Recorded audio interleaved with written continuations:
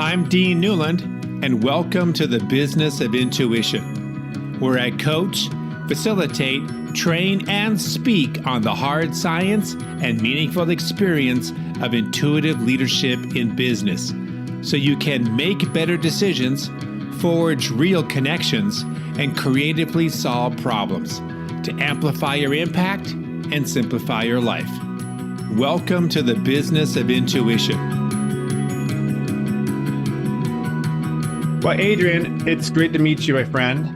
I know that you hail from a town a little bit further south and a little bit bigger, in L.A. I guess want to get right into this. I mean, I've seen a lot of websites in my day, and certainly a lot of websites that are in the industry in which I am. And I don't think I've ever seen so many goddamn swear words in one website. It's like, we try to set the record. Yeah, well, it comes off like, okay, most assessments are bullshit.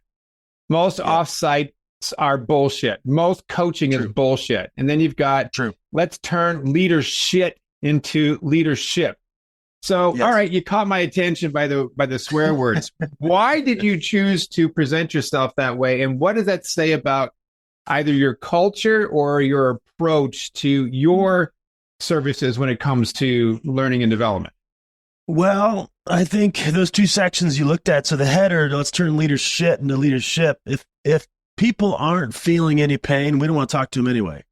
So if they don't have, I mean, it takes a bit of humility to say what's happening. If I'm the leader, that leadership is happening. And they might just say their senior team sucks or blah, blah, blah, whatever. They got their complaints.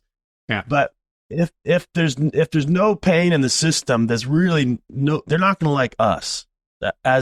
Which I'll answer, get to your second point around culture, because we love to transform things. So we're not into enhancement. We're not into betterment. We're not into, whatever, all that incremental. That's all pretty boring to us. There's a gajillion companies out there that do that. And there are people that just do a lot better than we do. We are at our core interventionists. So what does that take? That takes a lot of guts to go have, when I'm talking to a potential client, I'll just say, hey, if you don't want to really get to the truth, don't work with me. And if you don't want to summon all the courage you've ever had in your life, don't work with me. Because that's what's going to be required is like, turn the lights on. We're going to see things because people love to talk about the future, and that's great. Future is awesome. All of our coaching work as a modality is always about the future. Otherwise, you're in therapy, essentially. And so people love to talk about the future, which is great. That's easy. What's harder for the human brain is to really get sober about reality, because there's a lot more criminality going on right now, especially if you're a leader. And if you hold people to the standard we do, I hold myself to the standard, my team to the standard, is like whatever results are happening, we want those results to happen. Mm-hmm. Impact equals intention, not this is happening, but we didn't want it to be that way. No, if you didn't want it to be that way, something else would be going on. This must be what you wanted, but that's a very different level of conversation, obviously a different level of personal responsibility. So we invite folks into full ownership. And if you don't want to do that, then don't talk to me either way, because I'll be really annoying, because I'm going to hold things up as a mirror and say, well, let's wonder about it in such a way that some new insight might pop out of this. Like if you decided to put your arms around it and hug the cactus, as we call it, and, it doesn't feel good, but it's my job to embrace it. What might I learn about myself, or how I am in the world, or how I team with other people, or how I talk or how I don't talk, and what I do and what I don't do? How do I generate these results in my life? And that usually is like an opening that insight pops up for people. That's why when we say most assessments are bullshit, not like the science behind, whatever, Myers-Briggs is whatever it is, and StrengthsFinder and DISC and all that. It is whatever it is. It's the human being. It's the human being and what we do with information. That's what's bullshit. Bullshit meaning that's kind of, bombastic on purpose. We naturally, and this is better than I do, that we just naturally with our cognitive bias, we make things into what we want or need them to be to prove ourselves right. That's what the brain is up to. Survival needs. So the way people are in assessments is bullshit. Offsites are usually bullshit because people are there to play a small game, there to play not to lose, there to look good in front of there to just to survive and get on and blame things and take credit and all that. And that's all bullshit. It's just the same thing. It's the same thing over and over again. Nobody's there to actually have anything robust happen and take a risk with anybody or be vulnerable at all. That's the natural human drift. You know, and most coaching is the same way. And most coaches, I'm sure not you, sure not your team, are just there with love to just have a nice call. And if you're like a nice person, you can go have a nice call. Great. And you get paid whatever money you get paid, and they'll like you, and they'll incrementally move on and you know, make a little bit better, more than last year. And they'll probably tell you your friends about it, because I talked to this guy and I talked to Dean, and Dean's awesome, and I feel good about Dean, and Dean likes me, and we like each other, and we do this thing. Not saying you do that. Right. But that's just boring to me. So then I love it. That's very good. I think you're right on. And I agree with what you're saying. What I find is, in some ways, that if you don't have the buy-in and the courage of the leader of a team that you're working with to go down this path, they can be the ones who will sabotage your work to call bullshit. Right. And they will, you know, and so, and it's like, I don't know, Lencioni wrote the book, I forget the name of it, Getting Naked, I think it was, when he's talking about his own practice, and that one of the biggest things that a consultant or coach needs to do is always risk losing the job. That they have to always tell the truth, to the point that they thought, like, well, you know what? How did it go today, honey? Well, I might have lost my job again because I just told the truth, and they might kick me out. And I've faced that a lot. So I'm sure you do too. So then I say it this way, and just to interrupt you, I warn my clients, every single conversation, I'm going to put this relationship at stake. That's how you know I care about you. Yeah. So keep going. Is it incumbent? So how do you then make something like that happen? Do you have to have the senior leader, or who seems to be the apparent leader of the team, in order to at least support this process, or not? I mean, or is it necessary? I'm trying to think through examples in my mind, because my immediate answer is yes. I'm not sure if that's true. I mean, let's see. I get called sometimes. I've worked with a lot of founder-driven companies. And so sometimes there's always somebody like holds the thing together, and they're usually not the founder. The founder's the maniac, very talented maniac. And then there's always somebody that's like cleaning up behind them, usually an ops person or something. Right. I get called by a lot of those people because they want two things. One is, this thing's not working and the emperor has no clothes. And that's part of it. Like, they want the thing to work. And can you set this person straight? Can you help me do that? You know, so they'll want me to come wrangle the founder and then set the culture. Mm-hmm. So sometimes, like, because the ops person or whoever is that catalytic, you know, the duct tape and baling wire, whatever person, they're always in. They want to do it, whatever. How much does it cost? Doesn't matter. Go. Let's do this thing, because otherwise they're going to, you know, have a panic attack. And then usually the founder or the leader in this question, a lot more trepidation, obviously feels a lot more vulnerable than they want to let on.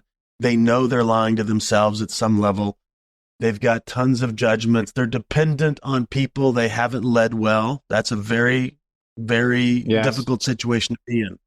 I need them, and I don't like them, and I haven't helped them, and I'm entitled to not have to help them, because when I was in their shoes, nobody had to tell me, blah, blah, blah, all those very common stories. So they feel really vulnerable, and they can sniff that I know what's going on for them. They can usually tell, because because I know what's going on for them. It's like this. Yeah. There's a lot of patterns here. Number one. Number two is, anybody that's been in this world for a long time, like you have, like I have, you just pay attention, and you know what's being emphasized, you know what's being omitted. You can guess the patterns that are in the room. So if I can win enough trust to get them in the room, and then I can show them that I can do a year's worth of conversations in an hour, which I can, then they'll trust me, and then they'll get to the table.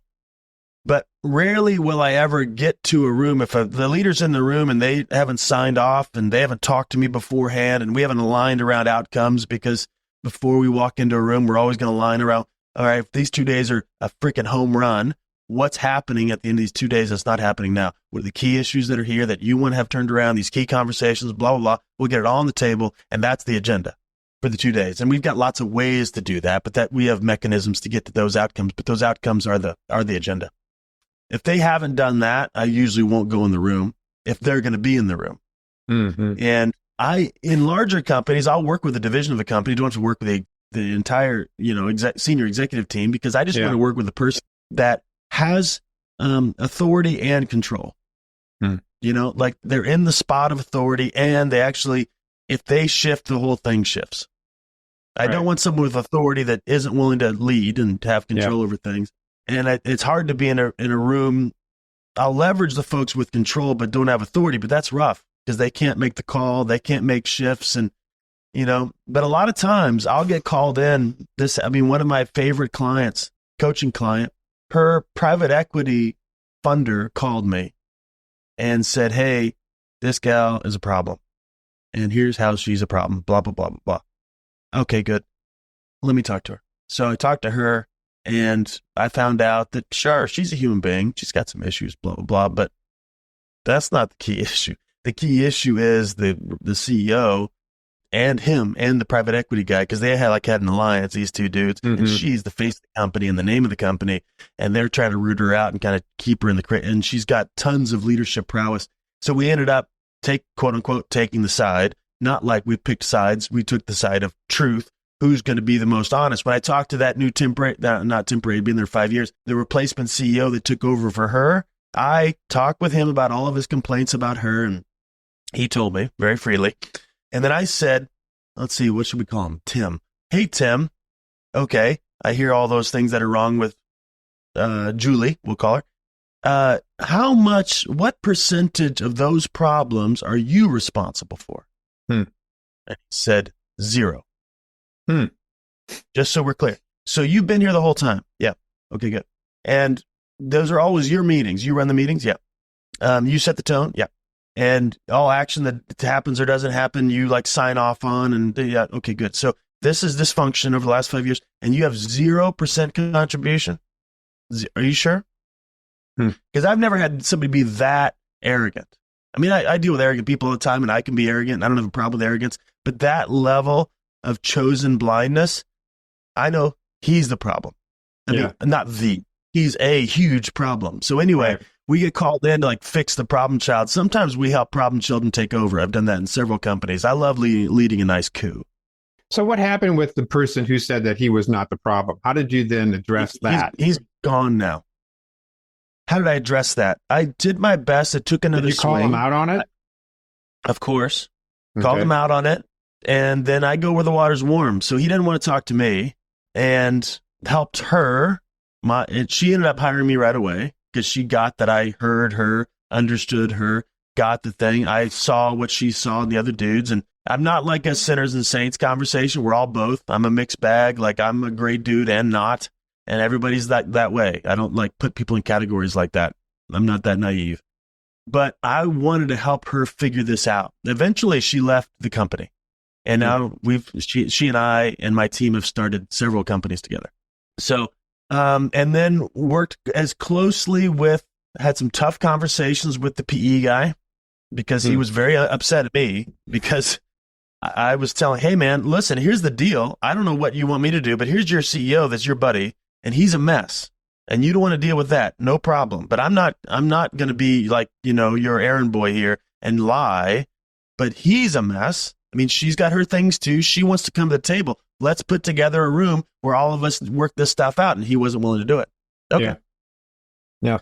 So, you just stand on the side of virtue, of truth and honor and love and all those things. That's what you do, at least for me. You stand on that side. Whoever wants to play ball like that, great. And if you don't, get the hell out of here.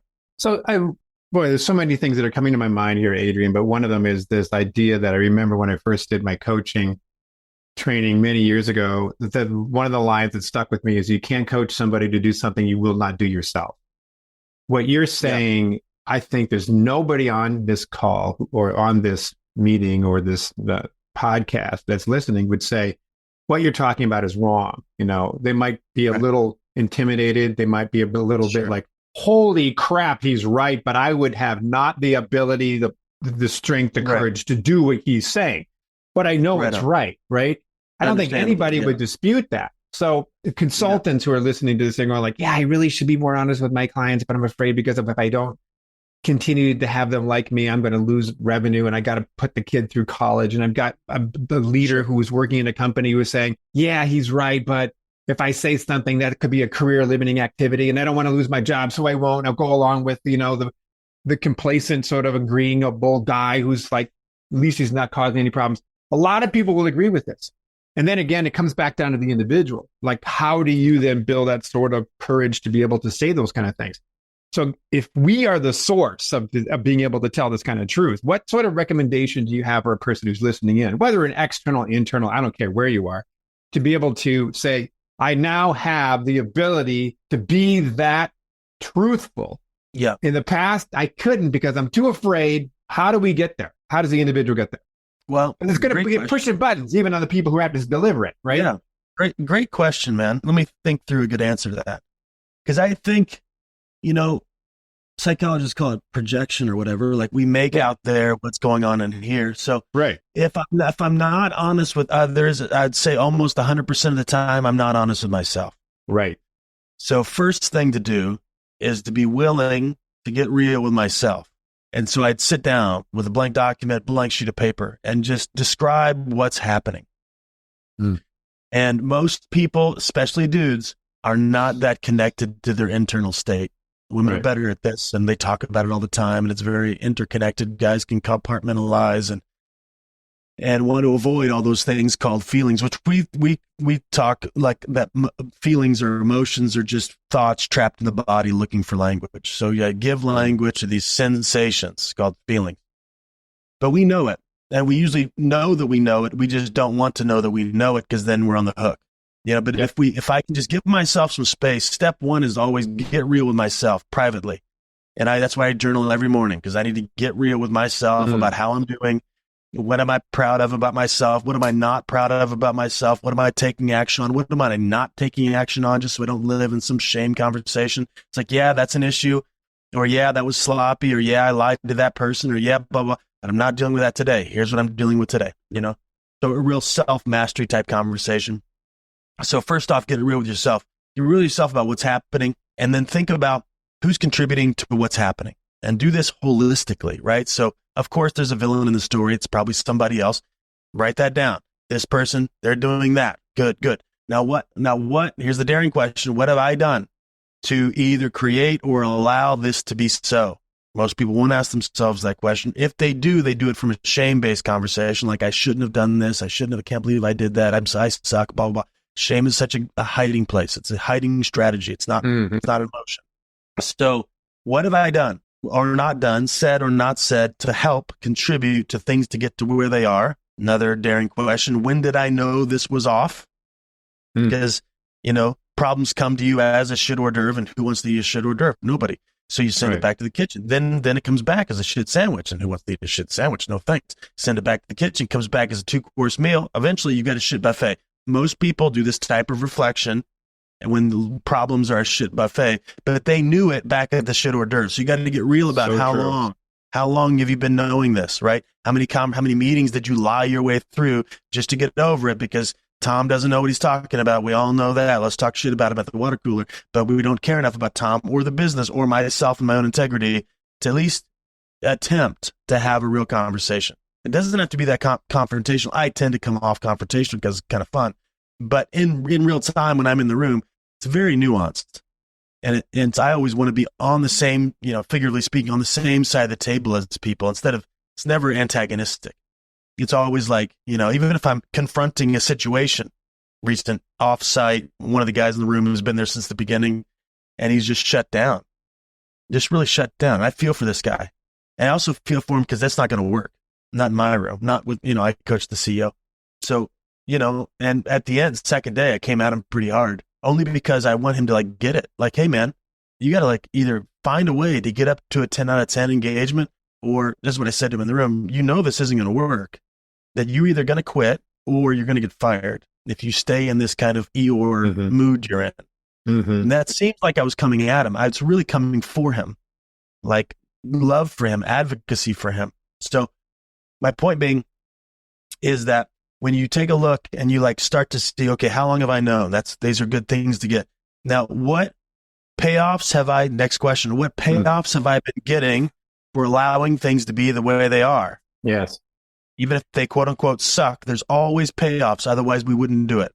So let's stop on that, because I've used that phrase many, many times. You're speaking my language, but I don't know whether everybody realizes what a payoff is. Because somebody who says, wait a minute, Dean, Adrian, payoff sounds like it's something that's beneficial. What you're describing doesn't sound very beneficial, but could you define payoff so that people go into what you really mean versus pushing back over a definition that's not accurate? Got it. Okay. What would be most helpful from the perspective of who in this situation? Well, like if I'm going through my morning ritual as you were describing, and I'm thinking about journaling, and I realized, okay, when did I first realize this particular situation was fucked or whatever, and the part that I play in this, what was my payoff to play in it? I get that point. I'm saying, what is the for me? To be, who's the me though? That's my question. Should I do it as a person who's doing self-reflection? Yeah, I'm doing my own self-reflection. Okay, good. I was just asking. Sorry, I didn't ask a good enough question. If I should do it from the perspective of a consultant or an internal team member, or anyway, I'll come up with a couple real quick. So I bet it could be anybody who would go through that process. Of course, anybody would. All right, because I do believe you're onto something. Because I think we don't do this stuff. No, we don't keep the racket going. We don't enable other people's behavior. We don't tolerate this stuff because there's a payoff for doing it. And if we can't understand it, we got to tip the scale. And if the scale is so much more that I get much more benefit out of confronting you, then why would I want to confront you? Right. So anyway, I'm answering the question that I was asking. No, I get you. I mean, all right. So if I'm doing it, I'm thinking about your listener. So let's say I'm an outside consultant, and there's a bunch of shit going down, and there's a bunch of conflict on the team that they don't want to talk about. And you say that, I'm just trying to create a scenario that might be true for people, that it's really stressful to work with this team because they don't want to work together. And there's a lot of politicking going on. So that's a complaint I've got going on, that's not the way it should be. These people suck because fill in the blank. Now I'm going to say that, but now at the same point, there's conversations. Let's say the problem is the CEO, the guy that writes the check. Right. Now, what payoff do I get for allowing this to be happening and without standing right in the middle of it and illuminating it? Well, obviously, easy on this one. I'm going to keep getting paid. I get to keep, being a listener. Like, oh, wow, Adrian, man, he comes into this chaos and he's like, he can listen to everybody. And, if the villain feels heard and the little victim in the corner that gets abused all the time, they feel heard. And so you get to look like a good guy. Mm-hmm. You get to, you get to feel good about yourself because you've lasted such a long time in this very toxic environment. I can't believe anybody could hang out. If you build enough alliances inside the chaos, you actually get a nice sense of control. You get to talk everybody's language and you can chameleon your way around instead of being a person of integrity and talking about the truth. I mean, those are some of the payoffs. So it's a conflicted team. That sucks.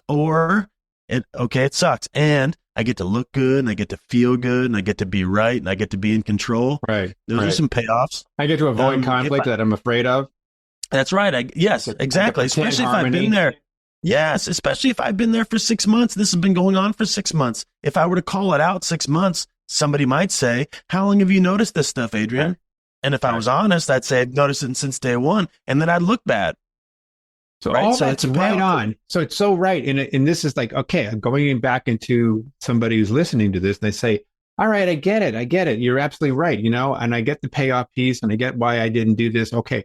I'm not being responsible. But you know what? I still got to put my kid through college. I still have a mortgage to pay. And if I do say that, there is a real fear that I could get fired because, somebody down the hall did.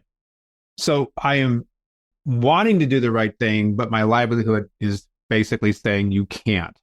So that's where I go back to the original question around, do we need to have somebody who is more in control, more from a leadership perspective, saying, we are wanting this. We want you to start speaking up, and that even means that I'm going to be the recipient of some of your concerns, and I am welcoming it. Now, all of a sudden, we have a little bit more psychological safety, maybe not a lot, but a little bit more that opens the door for us to have the conversation. But there's no permission to do this. Then we might just be in battle with ourselves to say, all right, do I want to quit? Do I want to leave? Do I go to greener pastures where the culture is going to be more permissive of this sort of frank discussion? Or do I keep my mouth shut and continue to do what I'm doing and keep my nose clean? Yeah. Well, the fact that people make up that if I speak my mind, my kid's not going to go to college, I'd say that's bullshit, first off. Meaning, of course it might happen that if I were to go get real with myself and go say what's there, that I might get let go. That's true. Now, do you have value to create in the market? Yeah. Then you can go get another job. Right. But there's like 15 things that I want to say right now. Let's see if I can pick a couple, just because there's so many landmines in this conversation. Okay. Second off, there's lots of ways to talk about things. This is why we suck as a human, as a species, at conflict, because we think conflict has to be tough. It has to be aggressive. It has to be bad. And I kind of talk like that a little bit, just for fun. But if you're going to go have a tough conversation, there's ways to enter the conversation that feels, I call my work fierce advocacy. Advocacy being the key term here. It's like, I want somebody to know that I'm for them. Mm-hmm. And if I'm going to go confront somebody, I better get clear about why I'm doing it. Because if I'm doing it to correct them, that's not going to work. If I'm doing that to tell them what's wrong with them, that's not going to work. If I do it because I know what their vision is as a person, and I honor them as a person, and their behavior that sucks is not them, it's their behavior, then I can get on the, again, figuratively, on the same side of the table with this person. It's like, hey, man, I know what you're up to. Like, here's what I want. Here's what you want. And here's what I think probably we both want. Here's what's going on. And just my experience of what's going on. I don't know what's going on for you. I want to understand you. Most people you've probably felt don't talk to you about this stuff. I bet you feel really alone in it. I want to be in the foxhole with you. And if you want to make things better, I'm here for you. Yeah. Like, that's different than I'm here to change somebody's behavior. That doesn't work. Yeah. Doesn't work. Especially if you're working with like type A people, right? Because F off, you get out of here. You don't know what you're talking about. But if you can get shoulder to shoulder with them and speak their language from their perspective, that's the only thing that empathy really is I can see what it's like for them. Because most people that are that polarizing are extremely lonely. And humans do not like to be lonely. We'll settle for it, but we don't like to be lonely. Yeah, I agree. So if you, so it doesn't have to be so, we tend to create a scenario in our minds about the future with all the catastrophe to just justify our cowardice. And I think we all ought to, it'd be helpful if we all just raised like, hey, who I am sending my kid to college is less valuable than, I'm a dad. So my kids seeing a courageous father is better for them than if they went to Harvard. 100%. And I think you bring up the point that I was hoping you would get to, which is it's not that polarizing as one would think. No. The delivery of how you would have a conversation is as important as sometimes the actual topic itself. It's how you have that discussion, and getting into the foxhole, as you said, with them. And really knowing that you're advocating for them versus coming in and attacking them. So, yeah. And we'd say it's the how, and even more importantly, it's the who. Like, who am I in the convo? And have I gotten myself clear about who I am and what I'm here, what I'm committed to for the future and what I'm committed to for this person, despite how they react. Yeah. Because if I'm going to fight for them and I want the best for them, and I know myself and I'm not a perfect person either, and I screw things up and I can be blind and I can mess everything up. So if I can own all that, then I can actually be there with a space of compassion and a space of commitment to the future, and then hold somebody to the fire for the sake of the future that probably they've said they want. Mm-hmm. If you don't know what their vision is, maybe they actually want to get fired. Maybe they want to quit, and that's a gift to them. It's like, hey man, your behavior seems like you don't want to be here. Yeah. And they'll either say, no, I want to blah, blah, blah, but these people. I just did that in a training where there's this guy that was like the problem in the room. There was like 10 senior leaders. One guy was the problem in the room. Everybody had complaints about him. Finally, on the second day, I just said, hey man, people don't trust you here, obviously. They've been really explicit over the last 2 days. And I knew this walking in. So I gave him some time to kind of hang himself, which he did. And I just said, hey, what is your level of interest in building a bridge back to your team? And he didn't. He gave me like a 10-minute answer. Didn't answer my question. Went on and on and on. It was great. Cool. Thanks for that. Now back to my question. What is your level of interest in building a bridge back to the team? And he went and gave a 5-minute answer. I said, cool. Once again, you've not answered my question, which is totally fine. You don't have to. I don't care. But obviously you're not very committed. He said, well, I'm not going to sit and talk with them every single day and hear all their complaints. I said, who said that? Who said that that's what you have to do, is to go listen to them complain every day? Or is that what you make up to justify you being a dick? Just what's true. And he was fired 2 weeks later. It's done. which is great. Now he gets to go on because he didn't want to work there. Right. He did not want to work there, obviously, based on his behavior. So he gets to go do some other cool stuff, and the team gets to get better, you know? So we did an exercise once a few years ago with a company whereby the team had to reapply for their job in front of everybody and then get feedback about, you know, what was working, what was not working. It was really an interesting weekend. That's cool.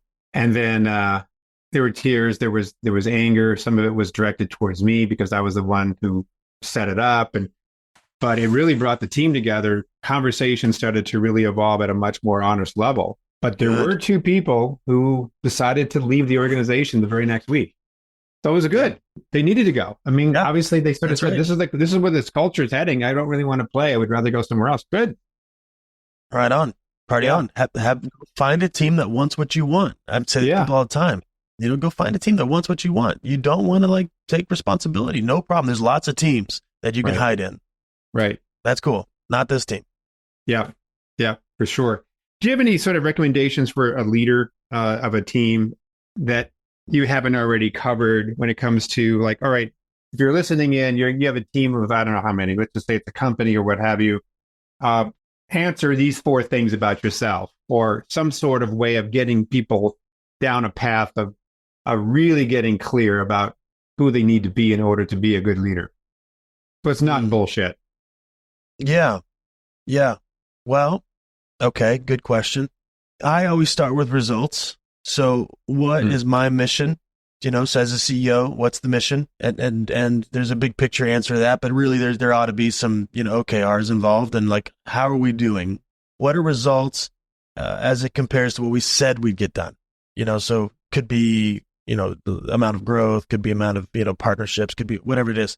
Yeah. But I'd start there, look at results, and without an assessment about it, just look at results. It's here, and we said it would be here, but it's, you know, whatever, it's off. Okay, good. You know, we use that simple framework too. What am I doing that's working to bridge that gap between where it is and where we said it would be? Make a list of those things. You got to celebrate those things. Those are what you need to lean on. What's not working? You know, what do I know is not working? How am I know I'm being stupid? You know, what am I keep doing and banging my head against the wall? And if you're willing, be real about that. It's a big leap, but it's the ROI is there. And then what's needed? What's wanted and needed in order to bridge this gap? That'll put together a plan for you. Most of us need to go ask other people how we're doing, because most people, I mean, are going to fall in a couple different camps. There's those types of people that when there's a breakdown, it's everybody else's fault. Yeah. And then and we know who they are. And there's also those people that when there's a breakdown, it's all my fault. Yeah. And that's usually comes off a little more humble. It's not that humble though, because it's just another shame conversation. Yeah. And I'll be hard on myself, and I'm not even open to your feedback. So it's good to go ask, you know, if I'm leading a team, go ask. I would pick a couple different types of, you got people on your team that really like you, probably. So you can go ask them. That's cool. But who's the most honest person? To go pick the devil's advocate, the one you disrespect, the one you don't trust. That's the one to go ask as well. You'll build rapport with that person immediately. And you got to tell them, hey, I'm looking up my game, and I bet there's things I'm doing that are getting in our way here. And I think you've got a great, you know, scrutinizing mind. And I'd love to hear your thoughts about it. Promise no consequences for telling me the truth. That's the biggest gift to me.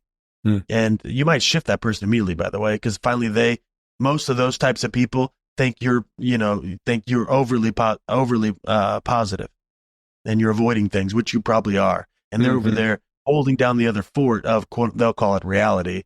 They're they're analyzing pitfalls all the time, and you're being positive all the time. So they have to, because you're the one floating and they're on the ground in their mind. So anyway, you'll build credibility with them. So I'd go get some feedback, which most people won't do and don't do because it's scary, and we might whatever. But you know, because most of us live. Who's the philosopher that said most of us live in a conversation about ourselves that fluctuates between flattery and pure fantasy? That's a good quote. I like it.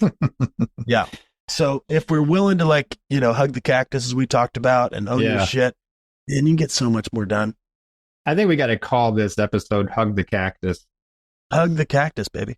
I love it. a great phrase. I was thinking about, as you were talking, Adrian, about there was some awareness I had a while back. I'm still journal a little bit, but I used to do it religiously, like at least once or twice a day. And I was looking at myself in terms of the tension that I sometimes feel, you know? Yeah. And I was trying to dissect, like, what's that about? What's the tension about, you know? Well, it's just energy. So there's something about energy. So what is the energy about? So then I realized the energy is being constricted in some way. So therefore, the result of that is tension. I go, that makes sense.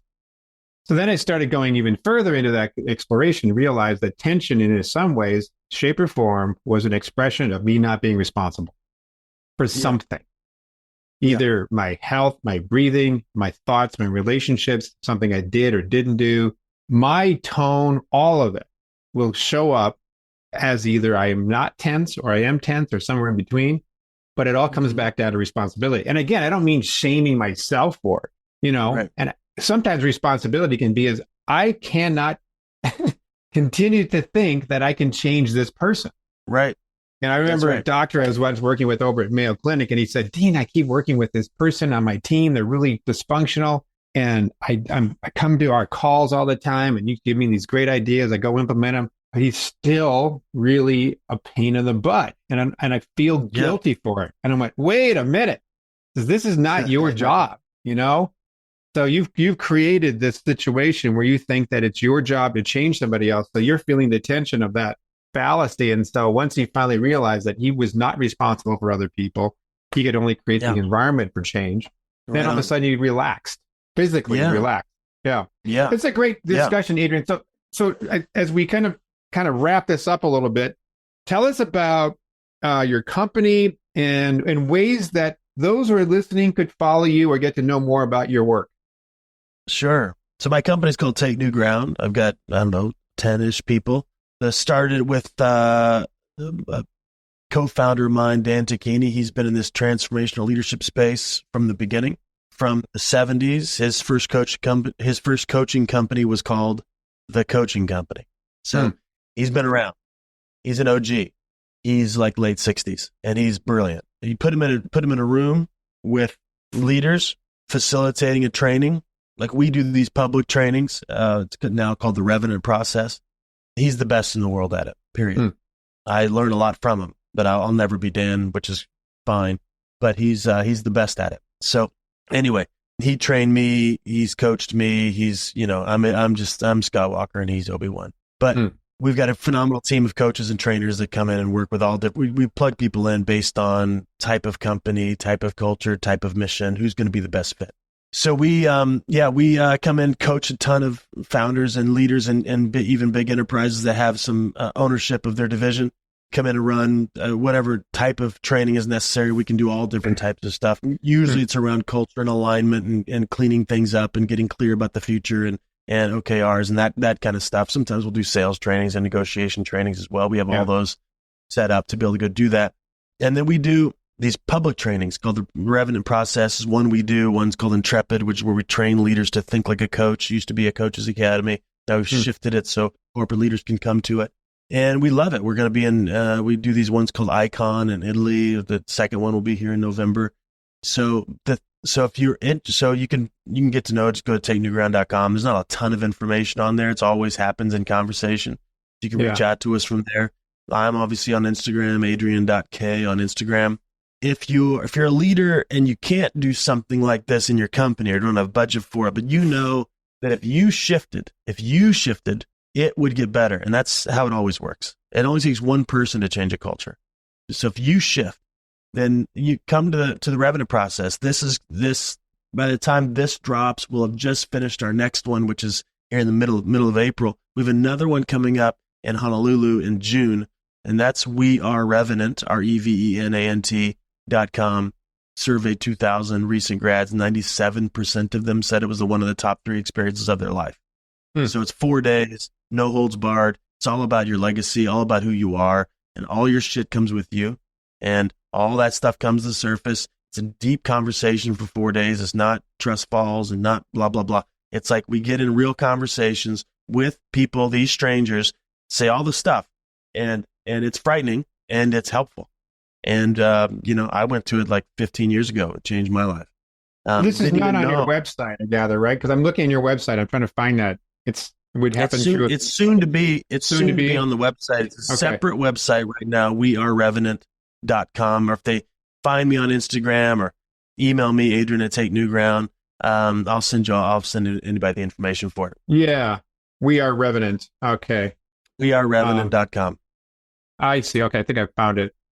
Yeah, wearerevenant.com. It's beautiful. It's beautiful. So we'll do one here in April in LA, and then go to Honolulu in June. And then if you wanted to have kind of a high-end experience, come to Italy in November, called Icon. We'll have about 30 leaders in the room at a high-end spa. We'll talk about leadership, and we'll talk about life. I mean, everything around it comes to the surface. So, I found it. Yeah. Well, the Italy one would certainly be fun. It's beautiful. Yeah, up on Lake Garda. That's spa. It's really nice. Fantastic. Really nice. Well, Adrian, I think we're going to call this Hug the Cactus. Thank you for taking us into a journey of that. The truth that sometimes is tough, but it's the right thing to do, because it certainly is, as they say, will set you free. Amen. Yeah. Amen to that. All right. Thanks, buddy. Good to meet you, man. Thank you for listening to The Business of Intuition. If you enjoyed the show, please subscribe, rate, and review on Apple Podcasts, Google, Spotify, or wherever you get your podcasts. If you'd like to learn more about Dean or Mission Facilitators Leadership, go to mfileadership.com. That's mfileadership.com.